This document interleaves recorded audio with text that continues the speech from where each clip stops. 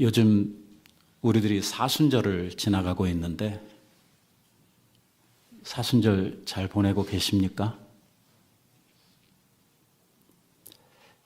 이 사순절을 지나면서 여러분들이 하나님 앞에 드리는 기도의 제목, 이 사순절을 통해서 여러분들이 이루고 싶은 신앙의 목표는 무엇입니까? 이 1년 중에 중요한 이러한 절기, 주님의 십자가 사건을 바라보고 또 주님의 죽으심을 묵상하는 이 귀한 절기에 우리가 아무 목표도 없이 그냥 지나간다고 그러면 너무 아까운 이러한 시간들이 되지 않겠습니까? 정말 말씀을 준비하면서 너무 감사하다 하는 생각을 저 혼자 많이 했습니다. 왜냐하면 제가 이 마태복음 강해를 시작한 것이 이제 2년이 넘거든요. 그런데 이 사순절 날에 이렇게 본문이 말이에요. 여기 이렇게 딱 맞춰서 진행이 되는 것을 생각하니까 너무 감사하더라고요. 인위적으로 제가 이렇게 조작한 게 아니고 그냥 말씀 이렇게 쭉 따라왔는데 어쩌면 이렇게 이 시간에 여기에 딱 맞고 말입니다. 더 신기한 것은 부활절 날, 부활절 본문이 거기에 가서 딱 맞는 것입니다. 그래서 제가 이번에는 절개 설교를 따로 준비하지 않아도 되겠구나 해서 속으로 너무 감사드렸습니다. 우리 기독교에는요, 이 기독교 신앙을 버티고 있는 두 개의 아주 큰 기둥이 있습니다. 이걸 빼고 나면 이 기독교라고 하는 것이 서지를 못합니다. 마치 옛날 솔로몬 성전에 야긴과 보아스라고 하는 이러한 기둥이 양쪽에 있어서 이 성전을 버티고 있었던 것처럼 오늘 우리의 신앙을 붙들고 있는 두 개의 기둥이 있는데 그것이 바로 무엇이냐면 예수님의 십자가의 죽으심 또는 또 하나는 예수님의 부활, 십자가와 부활, 이 두 가지가 기독교 신앙의 핵심입니다. 초대교회의 사도들이 그토록 목숨을 다해서 외쳤던 이 복음의 핵심도 무엇이냐면 십자가와 부활입니다. 우리가 복음을 전하는 일을 놓고 증인하는 말을 많이 하는데 그 증인이 뭐에 대한 증인이냐면 예수님의 십자가 사건과 부활하신 사건에 대한 증인이 된다는 말입니다. 물론 이 사건을 직접 눈으로 목도했던 사람들이 그 당시에 예수님의 죽으심과 부활하심에 대해서 증거하고 다녔지만 오늘 우리들은 우리의 눈으로는 보지 못했지만 우리는 믿음으로 하나님 말씀을 통해서 예수님의 십자가 사건을 접했고 성령께서 우리를 깨닫게 하심으로 말미암아 예수님이 십자가에 죽으시고 다시 사신 그 일이 바로 나를 위한 일이었다고 하는 것을 우리들이 믿게 되면서 오늘 우리도 여전히 십자가와 부활에 대한 증인으로 우리들이 하루하루를 지금 살아가고 있는 것입니다. 오늘 예수님께서 십자가에 죽으셨던 그때 그 사건을 우리들이 생각하려고 하는데요. 한 세 가지 각도에서 오늘 예수님의 죽음을 생각해 보려고 합니다. 하나는 예수님께서 십자가에서 죽으시면서 십자가 위에서 말씀하셨던 7마디의 말씀이 있습니다. 가상칠언이라고 하죠. 오늘 그 이야기를 좀 살펴보고요. 그 다음에 우리들이 또 하나 살펴봐야 하는 것은 예수님이 그렇게 십자가에 죽으심으로 말미암아 어떤 일들이 일어나게 되었는가? 예수님이 십자가에 죽으심으로 나타난 결과가 무엇인가 하는 것을 또 하나 살펴보고 그리고 마지막으로는 십자가 옆에 있었던 사람들, 십자가 옆에서 예수님의 십자가를 보면서 이야기를 했던 사람들의 이야기가 거기에 상당히 많이 나옵니다. 십자가 사건을 중심해서 우리들이 이 세 가지를 이렇게 돌아가면서 생각을 해보고 오늘 우리들은 이 십자가를 바라보고 어떤 생각, 어떤 믿음을 붙들어야 할까 하는 이러한 교훈을 우리들이 함께 나누려고 합니다. 먼저 예수님이 십자가 위에서 말씀하셨던 7마디의 말씀, 아마 여러분들이 이미 익히 많이 들으셔서 잘 아시는 내용이라고 생각합니다만, 예수님께서 십자가에 달리셔서 제일 먼저 하셨던 말씀은 아버지께 드리는 기도였습니다. 이 십자가 사건에서 우리들이 가장 주목해야 되는 것 중에 하나인데요. 십자가의 시작도 기도로 시작을 하셨고, 예수님이 운명하시면서 마지막 하셨던 말씀도 기도였습니다. 십자가의 시작과 끝이 기도로 시작해서 기도로 마치고 있다고 하는 것은 결코 우연은 아니라고 생각을 합니다. 예수님께서 아버지께 드렸던 그 기도의 일성은 뭐냐면, 아버지여, 저희들의 죄를 사하여 주옵소서. 저들은 자기네들의 하는 일을 알지 못합니다 하는 이러한 기도였습니다. 지난 주일에도 또 지지난 주일에도 우리들이 계속 살펴왔습니다만, 예수님이 그 십자가를 지시기 위해서 당하셨던 그 많은 수욕들과 고난들, 그 고통들을 우리들이 생각하면 이 순간에 이런 기도가 나온다고 하는 것이 정말 이해하기 힘든 이러한 내용입니다. 자기를 그렇게 희롱하고 자기를 채찍질하고 침뱉고 막 가시면류관을 갖다 눌러 씌우고 채찍질을 하여 온몸이 막 다 해지도록 이렇게 만들고, 끝내는 십자가에 매달아 놓고 이 예수님의 손발을 못으로 박았던 이 왼수 같은 군병들, 나는 하나님의 명을 실행해야 하니까 이렇게 죽을 수밖에 없다고 하지만, 저런 짓을 하는 저 인간들은 제발 다 하늘에서 벼락이라도 내려가지고 다 때려 엎어주세요 하는 심정이 이 상황에 맞는 이러한 이야기 같은데, 왜? 아무 죄도 없는 사람을 정말 자기네들이 원하는 대로 재판을 하고 누명을 씌워가지고 예수님을 이렇게 억울하게 잡아 죽이는 이러한 사람들이니까 얼마나 무법하고 얼마나 무도한 사람들인가. 이 사람들은 정말 심판을 받아야 되고 자기네들이 하는 짓에 대해서 응당, 그 보응을 받아야 마땅한 사람들이라고 생각이 되는 이러한 사람들인데, 예수님께서는 자기를 십자가에 못 박는 이러한 사람들을 향해서 저들은 자기네들이 무슨 짓을 하는지도 알지 못하고 지금 이 일을 하고 있습니다. 하나님, 저들의 죄를 사하여 주시기를 바랍니다. 자기를 십자가에 못 박는 사람들을 위해서 용서의 기도를 하시는 예수님의 말씀이 십자가 위에서 제일 먼저 하셨던 말씀입니다.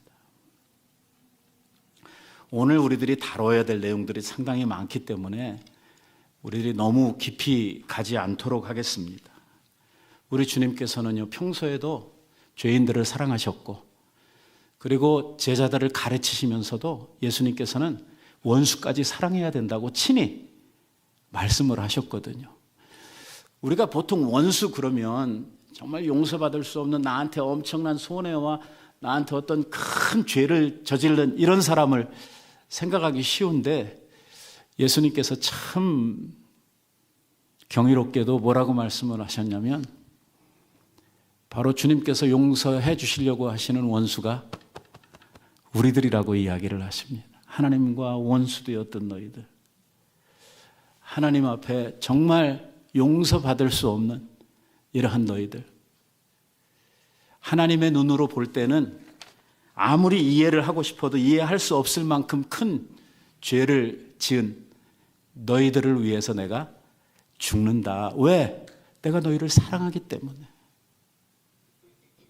원수까지 사랑하시라고 하는 그 말씀은 빈 말씀이 아니라 예수님 자신이 친히 실천하셨던 이러한 말씀이고, 십자가 위에서도 우리 예수님께서는 이 말씀을 몸소 제자들과 그 십자가 주위에 있는 사람들에게 보여주면서 저들의 죄를 용서해달라. 이 사람들 정말 무지한 사람들, 아무것도 모르면서 이 일을 하고 있다고 하면서 자기에게 그 말할 수 없는 수욕과 고통을 주고 있는 사람들을 용서해달라고 기도했다는 사실입니다. 여기에 우리들이 더 설명이 뭐가 필요하겠습니까? 우리가 주님의 십자가를 알고 주님의 십자가를 우리들이 깨달았다고 하면 우리는 어떻게 해야 되겠습니까? 당연히 우리들도 우리 주님 본받아서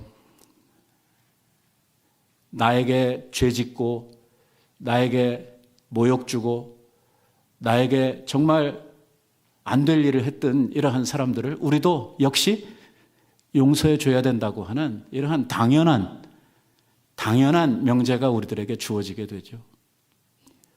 원수까지라도 용서해야 된다고 주님께서는 지금 십자가에서 우리에게 말씀을 하시고 있는 것입니다.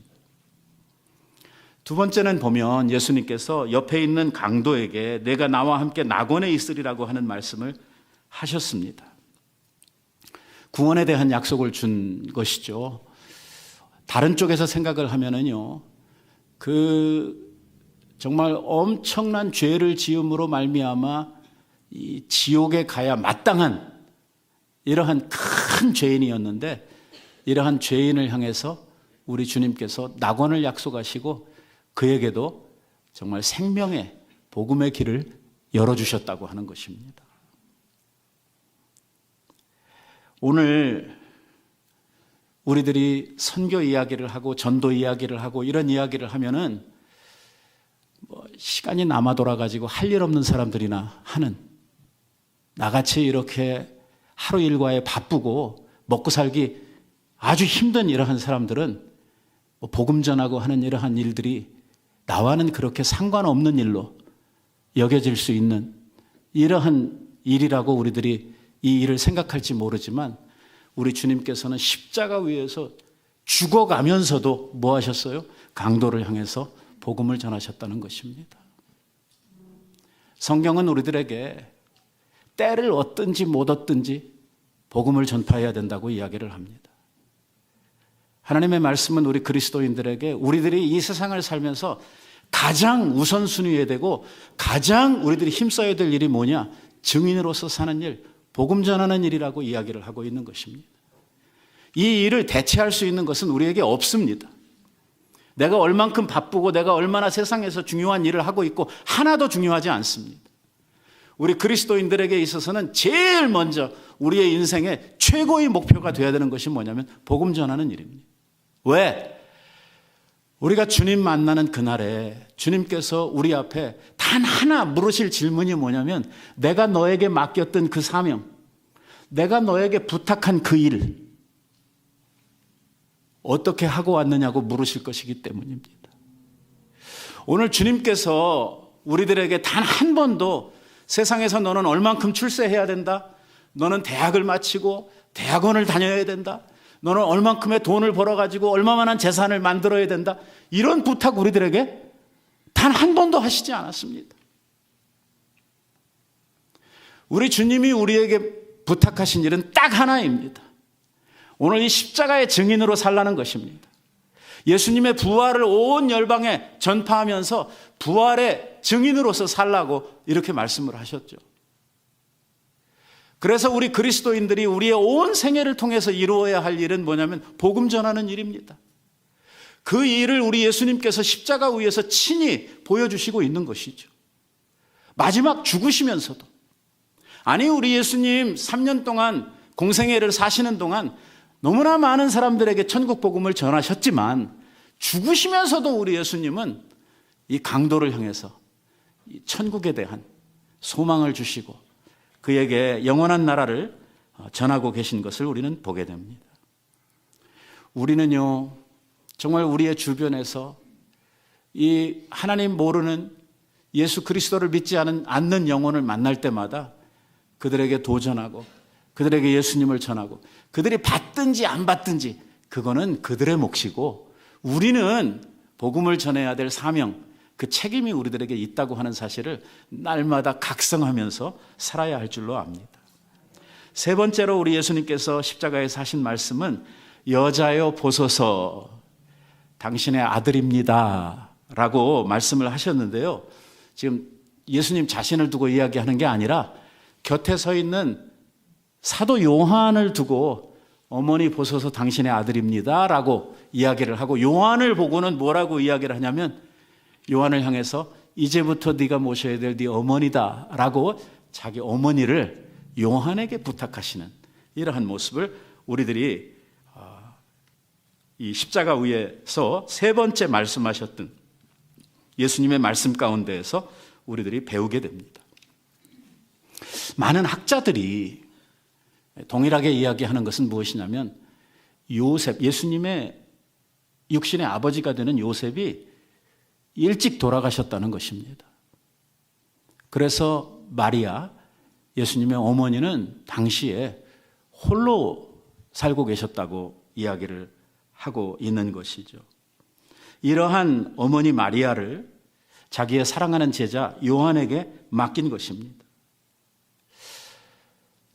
한마디로 이야기하면 육신의 아들로서 어머니에게 효를 다하시는 말씀을 세 번째 예수님께서 십자가에서 하신 말씀으로 하셨다는 것입니다. 그래서 많은 학자들이 이 세 번째 하셨던 말씀을 효도의 십자가라고 하는 이러한 말씀으로 이야기를 하죠. 오늘 저는 이 문제가 굉장히 중요한 문제라고 생각을 합니다. 오늘 우리들도 이 이야기를 그냥 평범하게 생각을 하고 지나갈 것이 아니라 오늘 우리의 시대상과 비추어 보면서 이 말씀이 얼만큼 중요한 말씀인가 하는 것을 다시 한번 우리들이 생각을 했으면 좋겠다는 이러한 생각을 하게 되는 것이죠. 여러분, 효도라고 하는 이야기를 하게 되면 우리 시대에서는요, 아주 고리타분한, 그리고 그런 이야기를 하면은 아예 듣기 싫다고 귀부터 막는, 아주 효도 이야기 하면은 죽일 놈 되는 이러한 세상에 우리들이 살고 있습니다. 우리들이 눈을 조금만 돌려가지고 오늘 우리 사회 가운데서 생겨나고 있는 가정의 문제를 한번 돌아보십시오. 가정의 붕괴, 그 아이들이 어떤 상태에서 자라나게 되고 그 아이들로 말미암아 어떤 사회 문제들이 만들어지고 하는 이러한 모든 것들을 한번 생각해 보세요. 우리나라는 정말 엄청난 이러한 위기 가운데 지금 살고 있지 않습니까? 얼마 못 가서 우리나라는 이제 나라를 유지할 수 없을 정도로 위태로운 상태에 있다고 이렇게 사회학을 연구하는 사람들이 이야기를 하고 있습니다. 사람들에게 있어서 가정을 유지하고 또 가정의 도리를 지킴으로 말미암아 가정의 행복을 찾고 하는 이러한 일들이 이제는 구시대의 유물처럼 남아버리고 말았다는 것입니다. 부부지간에 지켜야 될 신의도, 사랑도 이제는 많은 사람들이 다 저버리고 가정을 너무 쉽게 포기하고 가정을 너무 쉽게 내버리는, 아니 옛날에는 자식을 위해서 목숨을 버리는 이러한 어머니들이 많았는데 요즘에는 자기를 위해서 자식을 죽이는 어머니들이 많은 세상이 돼버렸습니다. 이 노릇을 어떻게 해야 됩니까? 이제는 이 시대를 살고 있는 많은 어르신들이 더 이상 자기 자식들이 나를 책임져 줄 것이라고 생각하는 이런 사람들은 거의 없는 이러한 시대를 우리가 살고 있습니다. 지들이나 잘 살면 되지 뭘 나까지 이렇게 생각하고 살죠. 25년 전에 미국에서 그 유명한 뉴욕 타임스가 미국인들이 생각하는 최고의 가치가 무엇이냐, 인생을 살면서 무엇이 제일 중요하다고 생각하느냐 하는 것들을 물었을 때 25년 전에 탑 3에 올라왔던 것이 뭐냐면 애국심, 신앙, 그 다음에 가정, 이 세 가지가 미국인들이 가장 중요하게 생각하는 이 탑 3에 랭크된 것들이었어요. 25년이 지나 2023년 얼마 전에 이 똑같은 질문을 이 시대의 사람들에게 했더니 요 세 가지가요 10위 밖으로 다 밀려났어요. 이제 가정 하나도 중요하지 않아요. 애국심은 뭐 그렇게 따진다고 하면 램보라고 하는 영화가 만약에 지금 나온다고 그러면 아무도 안 볼 이러할 시대에 우리들이 살고 있다고 하는 뜻이 될 것입니다. 요즘에는 사람들이 뭐를 제일 중요하게 생각하느냐? 첫째, 돈입니다. 미국인들이 제일 귀하고 제일 인생을 살면서 중요하다고 생각하는 게 첫 번째가 뭐냐면 돈이에요. 두 번째는 뭐냐? fun입니다. fun. 뭐죠? 인생을 재밌게 놀면서 살자는 것이. 사람들의 생각이 얼마나 많이 바뀌었는지 보세요. 오늘 우리들이 하나님께서 맡겨주신, 하나님께서 만들어주신 가정, 이것을 통해서 험한 나그네 인생길을 살면서 위로를 얻고 행복을 찾고 할 수 있도록 하나님께서 우리에게 허락해 주신 그 가정이 더 이상 우리들에게 이제는 행복하지도, 이제는 이 가정이 우리들에게 지켜야 할 만한 이러한 가치 있는 것도 아닌 것으로 돼버리고 말았다는 것이죠. 가정이 지옥이 되고 이제는 가족들이 짐이 되는 이러한 세상들이 되어버렸어요. 제가 어렸을 때는 들을 수도 없었던 졸혼?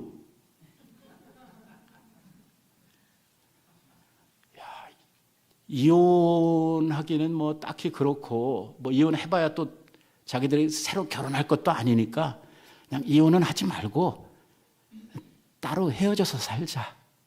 이게 조론이래요. 이런 것들이 막 유행을 하고 말이에요.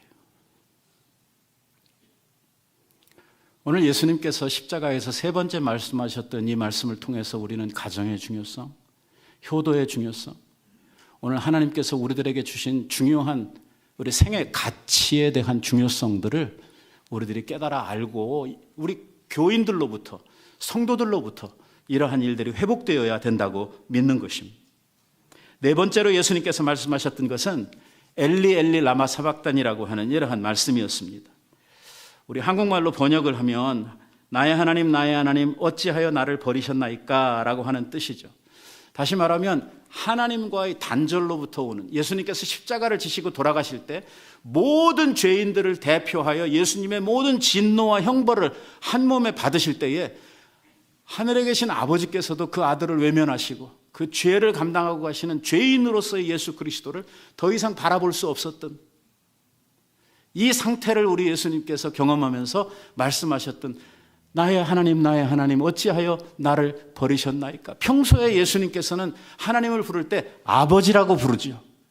나의 아버지라고 하는, 기도를 가르치면서도 하늘에 계신 우리 아버지라고 하는 말을 주로 하셨는데 이 순간 이 십자가에서는 아버지라고 하는 말을 하지 않고 나의 하나님이라고 하는 말을, 그러면서 하시는 말씀이 어찌하여 나를 버리셨나이까. 인간의 모든 죄를 짊어지시고 십자가를 지셨을 때에 그 죄의 형벌과 하나님의 진노를 한 몸에 받으셨던 당신의 상태를 지금 표현하고 있는 것이거든요. 여기에서 우리가 발견하게 되는 것은 무엇이냐면 이 죄의 결과가 얼마나 무서운 것인가, 이 죄가 우리들에게 어떤 결과를 가져오는가 하는 것을 우리들이 좀 깊이 생각해야 될 필요가 있다는 것이죠. 죄가 하나님과의 단절을 의미하는 것입니다. 이 죄는 우리들에게 하나님의 모든 저주와 진노가 임하게 하는 일이란 말이에요. 그래서 하나님께서는 당신의 백성들에게 아주 두 가지 큰 중요한 이야기들을 하셨어요. 그게 뭐냐면 이 죄와 관련해서 말입니다. 하나는 뭐냐면 죄 짓지 말라는 거예요. 그냥 두꺼비 파리 잡아먹듯이 그냥 기회만 오면은 달칵달칵 주워먹는 이런 식의 삶을 살지 말라는 것입니다. 죄와 싸우되 피 흘리기까지 싸워라. 뭐예요? 죽을 똥 살 똥 싸우라는 거예요. 죄를 이기기 위해서 안 지으려고. 이 죄에 대해서 아무런 생각도 없이 대책도 없이 그냥 죄가 오면 거기 그냥 훅 끌려가는 이러한 삶을 살아서는 안 된다는 것이죠. 죄를 이겨야 된다고 이야기를 합니다. 그리고 죄를 이길 힘이 우리들에게 이미 주어져 있다고 이야기를 합니다. 왜? 예수 그리스도께서 십자가를 통해서 우리에게 그 능력을 주셨다고 이야기를 하고 있거든요. 그리고 성령께서 우리로 하여금 이기게 하신다는 것입니다. 그러니까 죄의 유혹이 오고 우리의 마음이 죄로 쏠리게 될 때에 우리는 그 순간 하던 일을 멈추고 우리 하나님께 기도해야 되죠. 성령님의 도우심을 구해야 됩니다. 내가 지금 흔들린다고, 내가 지금 마음이 지금 죄를 향해 나아가고 있다고, 나를 붙들어 달라고, 성령님 나로 이기게 해달라고 그 순간 하나님 앞에 기도해야 되는 것이죠. 이렇게 해서 죄를 안 지으려고 죽기까지 싸우라는 것입니다. 그러다가 어쩔 수 없이 죄를 짓게 되면 그때는 뭐 하라고요? 빨리 회개하라는 것입니다. 그거 가지고 그냥 가지 말고. 이게 숨겨진 죄는 우리 안에서 가만히 있는 게 아니라 숨겨진 죄는 우리 안에서 계속해서 부패되고 우리 안에 팽창돼 가지고 우리들의 온 마음과 인생을 다 썩게 만들거든요. 그렇기 때문에 죄를 우리가 어쩔 수 없이 우리가 약해서 넘어지게 되고 죄를 짓게 되지만 그런 죄를 짓게 되면 바로 회개하라는 거예요. 저는 미쁘시고 의로우사 우리 죄를 사해 주시기를 기뻐하신단 말이에요. 왜? 죄를 미워하시는 하나님이시기 때문에 당신의 자녀들이 죄를 마음에 끌고 살기를 원하시지 않는다는 것입니다. 죄 문제를 가지고 하나님 앞에 회개하러 나오는 자들, 자백하는 자들을 하나님께서는 기뻐하시고 이 죄를 사해 주시기를 너무 좋아하신단 말이에요. 그래서 성경은 이러한 하나님을 뭐라고 표현하고 있냐면 사유하시기를 즐기시는 하나님이시다 이렇게 표현을 하고 있단 말이에요. 죄 용서해 주시는 것을 하나님께서는 너무 기뻐하신다는 거예요. 왜? 이를 통해서 하나님의 백성들이 깨끗해질 수 있거든요. 그것 때문에 예수님께서 죽으셨거든요. 다섯 번째로 하셨던 말씀은 내가 목마르다라고 말씀하신 것입니다. 우리 예수님 이 세상에 계시는 동안에 100% 인간으로 또 100% 하나님으로 계셨거든요. 그러니까 하나님으로서의 신성이 예수님의 몸 안에 가지고 계셨고 동시에 예수님은 우리들과 똑같은 사람으로서 사람의 인성을 100% 가지고 살고 계셨거든요. 그래서 예수님은 배도 고프셨고 눈물도 흘리셨고 우리 예수님은 우리가 느끼고 우리가 살아가는 인생의 모든 것들을 다 체휼하셨다. 경험하셨다. 성경이 이렇게 이야기를 하고 있거든요. 예수님께서요 십자가를 지시고 그 잡히셔서 신문을 받으시고 여기에 오시기까지 또 십자가에 달리셔서 그 오랜 시간 그 피를 다 흘려내리시기까지 얼마나 목이 마르셨냐면 목이 타는 듯한 이러한 목마름을 예수님께서 느끼셨다고 이야기를 합니다. 내가 목마르다. 여러분, 우리 예수님께서 이렇게까지 목마르셨던 이유는 바로 우리들을 위한 대속의 길을 가셨기 때문이죠. 우리가 여기에서 한 가지 생각해야 되는 것은 무엇이냐면 육체의 목마름만 있는 것이 아니라는 것입니다. 영의 목마름이 있다는 거예요. 너는 이것을 아느냐는 것입니다. 내가 물을 제대로 못 마시면 목말라서 물을 찾게 되죠. 당연한 이치입니다.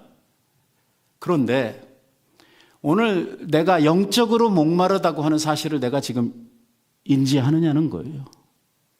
이걸 내가 느끼느냐는 것입니다.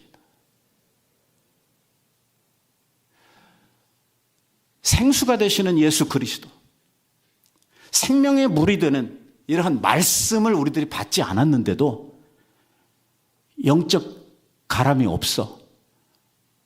목마르지 않아. 이거 심각한 병에 걸린 사람입니다. 더욱이나 하나님께서 선지자를 통해서 말씀하시기를 내가 말일에 영적 기근을 너희에게 보내리니 너희들이 먹을 양식이 없어서 주림이 아니고 마실 물이 없어서 가람이 아니라고 이야기를 합니다.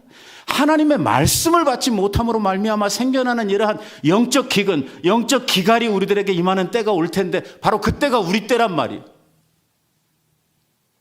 이 영적인 가람을 우리들은 느끼고 있느냐는 것이죠. 하나님의 말씀을 일주일 동안 지나가는 동안에 한 번도 안 보는데도 불구하고 목마름이 없어. 빨리 병원 가봐야 됩니다.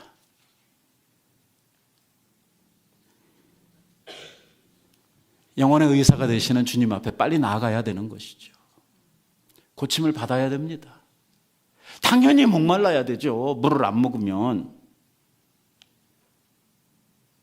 육신으로는 그것을 느끼면서 영으로 그걸 못 느낀다 그러면 내가 정말 하나님 앞에 신앙생활 제대로 하고 있는가? 라고 하는 질문을 반드시 해야 된다. 그 말입니다.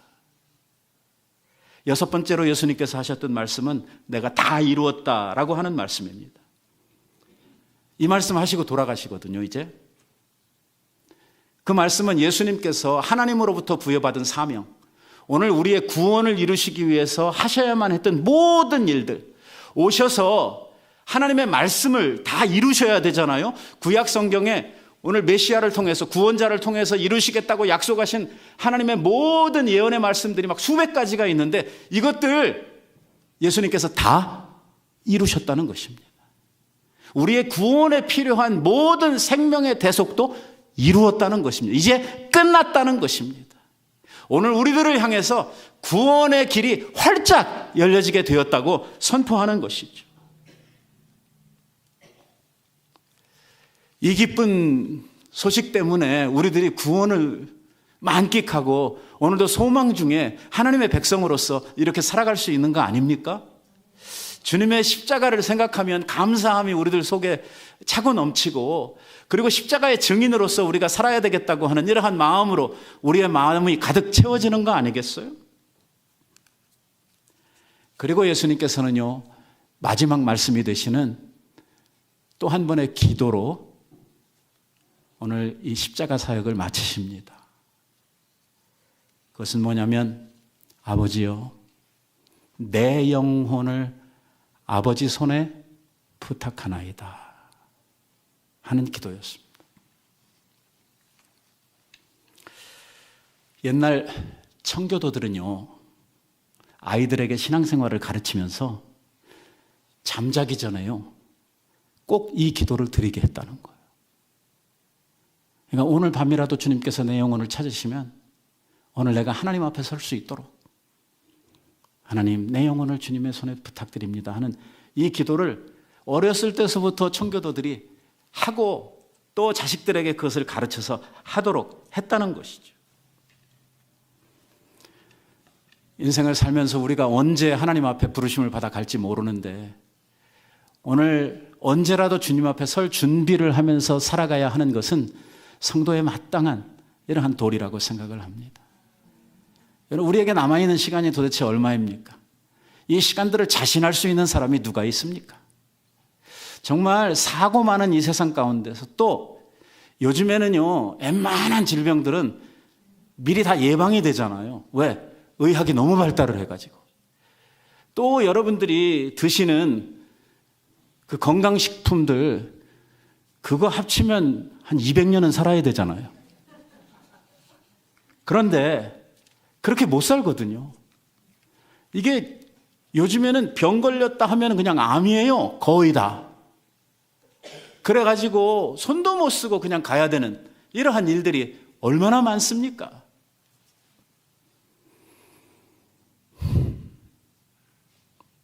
지난 주간에 우리 한국에 계시는 권사님께서 하나님의 부르심을 받고 천국에 가셨죠. 그 권사님도 암으로 투병하시다 가셨거든요.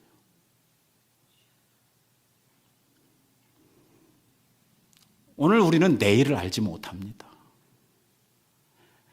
우리에게 무슨 일이 일어날는지, 아니 단 1시간 후의 일도 우리는 알 수 없습니다. 그렇기 때문에 순간순간을 주님 앞에 의탁하며 살아야 하고 주님 손 붙들고 날마다 우리의 나그네 인생을 살아가야 된다고 하는 것이죠. 예수님께서 이렇게 십자가를 져 주심으로 말미암아 우리에게 놀라운 일들이 생겨나게 되었습니다. 시간이 없기 때문에 그냥 제목만 우리들이 생각하고 갔으면 좋겠는데요.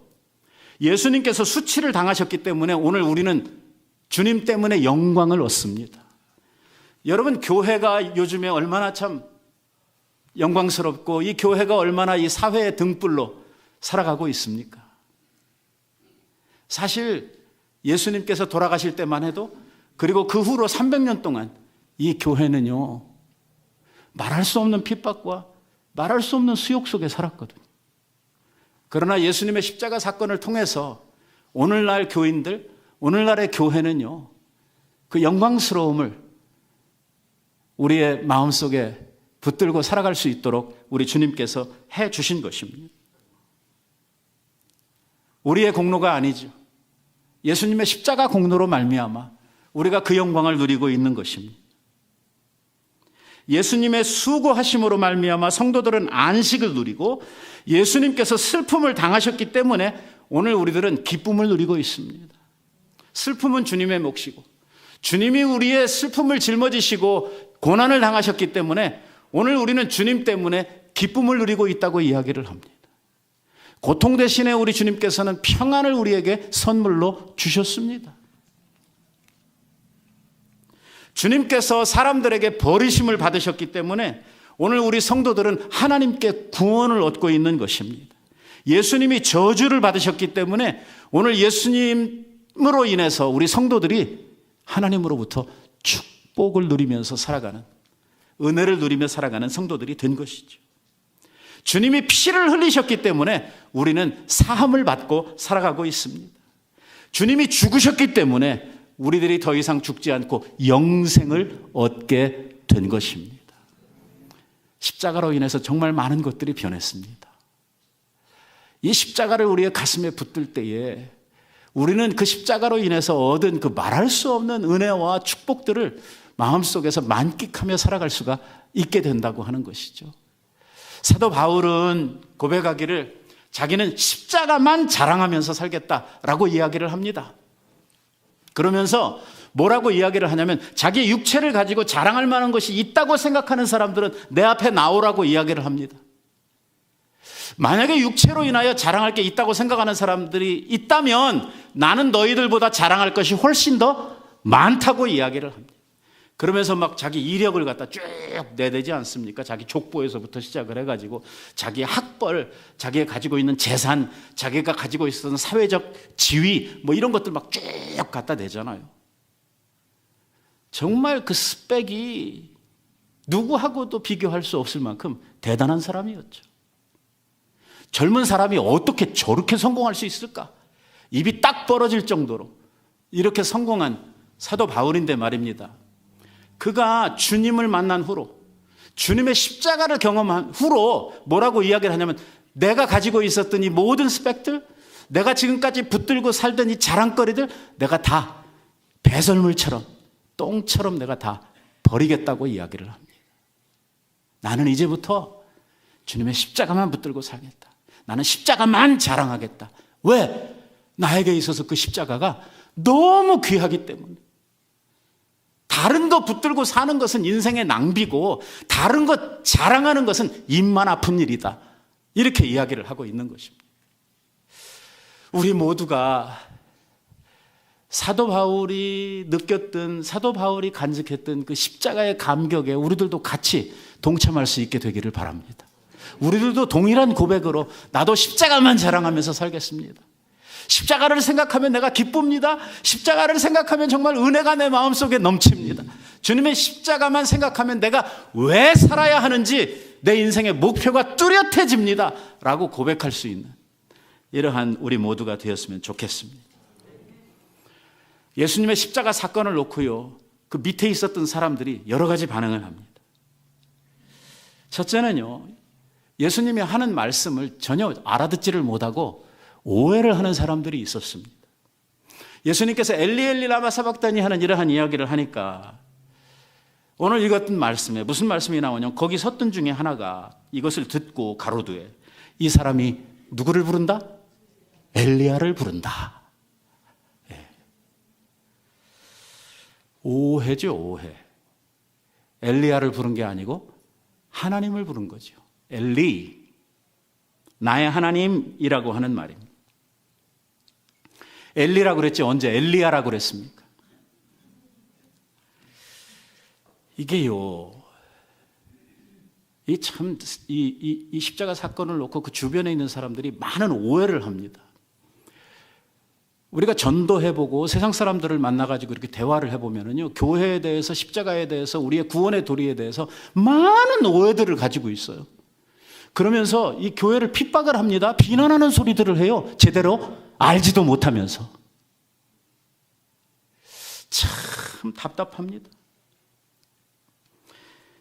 옛날에 이 초대교회 성도들 가운데는요, 고린도 교회에 왜 성만찬 하는 이야기가 나오잖아요. 그때 사람들이 교인들에 대해서 심각한 오해를 했는데 그게 뭐냐면 저 예수 믿는 사람들은 식인종들이다. 왜? 사람의 피를 먹고 마신다. 뭐 이런 소문을 낸 거예요. 그 내용이 뭔지도 모르면서. 이게 세상 사람들이 그런 짓을 잘하거든요.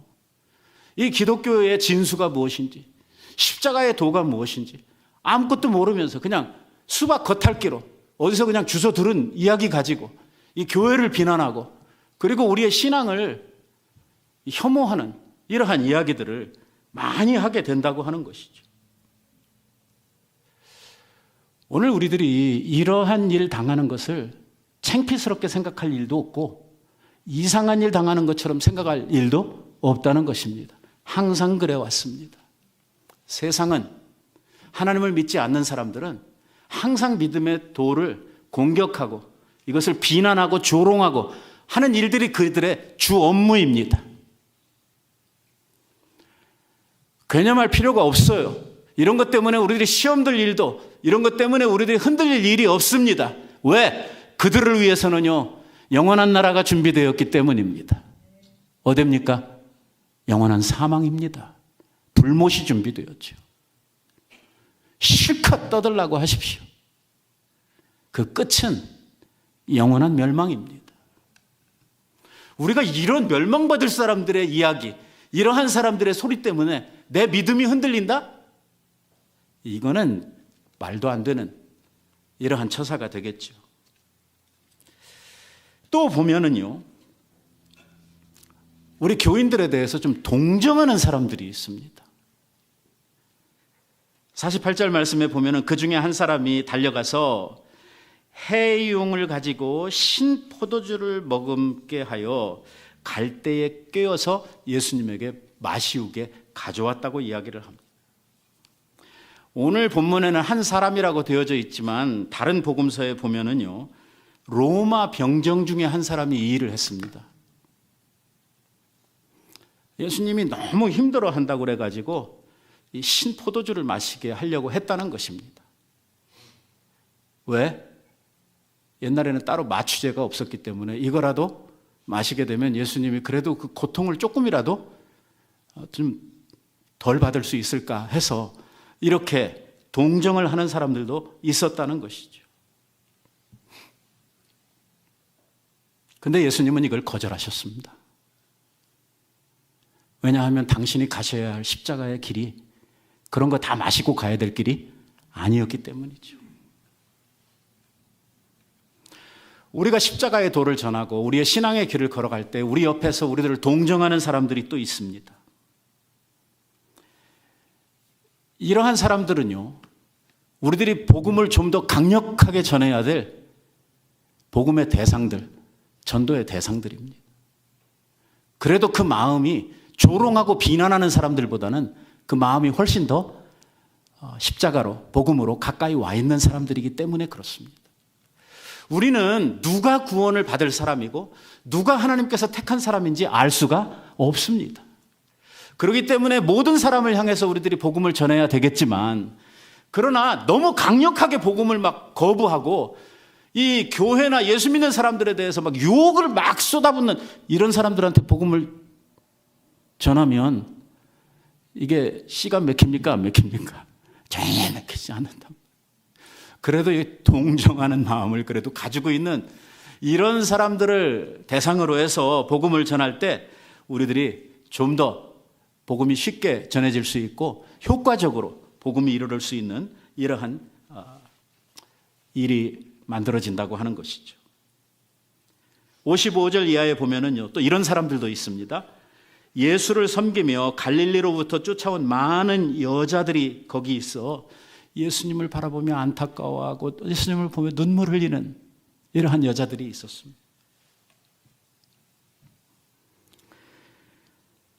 정말 주님을 바라볼 때에 주님을 사랑하는 마음 때문에 주님의 고통을 내 고통처럼 느끼며 아무것도 할 수 없는 그들이 그 십자가 앞에서 할 수 있었던 것은 눈물을 흘리며 애타하는 이것뿐이었습니다.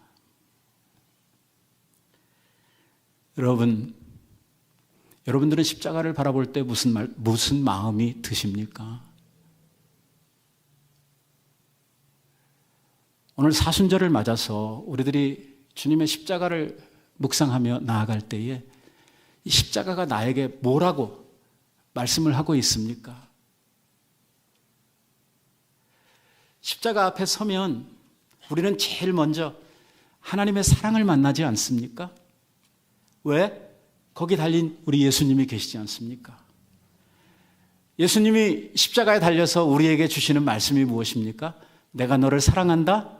그래서 내 목숨을 너희를 위하여 버린다고 말씀하시면서 예수님의 십자가는 곧 하나님이 우리들을 사랑하시는 사랑의 표징이라고 이렇게 이 십자가가 우리들에게 이야기하고 있지 않습니까? 그러면 그 십자가를 바라보는 우리들, 십자가 앞에 선 우리들은 무슨 말을 십자가에 달리시는 주님 앞에 하고 있습니까?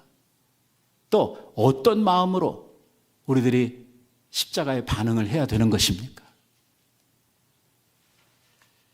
내가 정말 십자가의 사랑을 알았다고 하면, 십자가의 사랑으로 내가 감복하였다고 하면 오늘 우리들은요, 나도 주님 사랑합니다. 나도 주님 위해서 살겠습니다.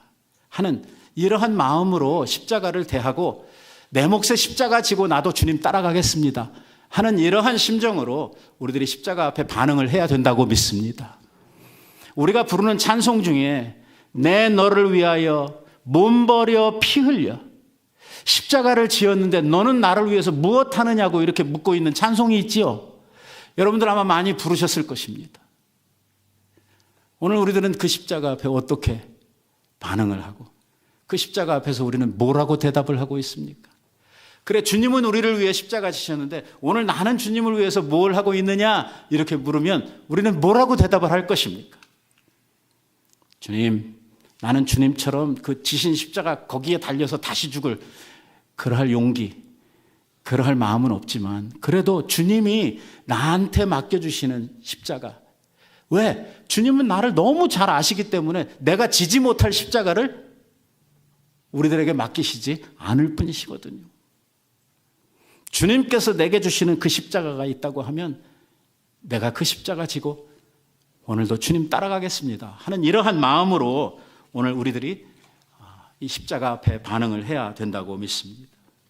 마지막으로요, 십자가 곁에는 아주 유명한 한 사람, 백부장이 있었습니다. 이 뭐 하던 사람이냐면 예수님의 형을 집행하던 집정관입니다. 그 모든 로마 병정들을 지휘해서 예수님을 십자가에 죽이는 일을 책임지고 있었던 최고 장교죠. 백부장입니다. 54절 말씀에 보니까 뭐라고 기록을 하고 있냐면 백부장과 함께 예수를 지키던 자들이 지진과 그 되어진 일을 보고 심히 두려워하여 가로되, 여기입니다. 이는 진실로 하나님의 아들이었도다 하더라 라고 성경이 기록을 하고 있죠. 이게 바로 십자가에 달리신 예수님이 하나님의 아들이라고 하는 고백, 이 고백을 누가 했냐면 예수님 십자가에 잡아 죽이던 백부장 백부장이 했다. 얼마나 진실된 목표입니까? 저는요, 우리가 전하는 십자가, 우리가 보여주고 있는 십자가를 통해서 백부장 같은 사람이 이렇게 변해야 된다고 생각을 합니다. 처음에는 십자가를 대적하고 믿음을 거부하던 이러한 사람들이 내가 전해주는 십자가, 내가 하나님의 사랑으로 나타내 보여주고 있는 그 십자가를 사람들이 경험하고 그 사람들이 변해서 백부장처럼 정말 예수 그리스도를 발견하고 주님 앞에 하나님의 아들 예수 그리스도라고 하는 이러한 고백을 할 수 있게 되기를 바라는 것입니다. 이것이 우리가 살면서 하나님 앞에 가질 수 있는 최고의 축복이고 최고의 상급이라고 생각을 합니다. 나를 통해서 이러한 변화가 일어나고 주님을 대적하던 자들이, 주님의 원수되었던 자들이 주님 앞에 돌아오는 이러한 역사가 일어난다고 하면 이거보다 더 큰 기쁨이 어디 있고 이거보다 하나님 앞에 영광스러운 일이 어디 있겠습니까? 오늘 우리들이 주님의 십자가 사건을 함께 생각했는데요. 이 사순절을 지나면서 오늘 아버지 앞에 내가 붙들고 가야 될 내 십자가가 무엇인지 발견하는 여러분들 꼭 되시기를 바랍니다. 주님의 지신 십자가를 명상하며 내가 지고 가야 될 십자가를 다시 한번 우리들이 생각하고 우리의 각오를 새롭게 하는 귀한 절기가 되시기를 우리 예수님의 이름으로 축원드립니다. 기도하십시오.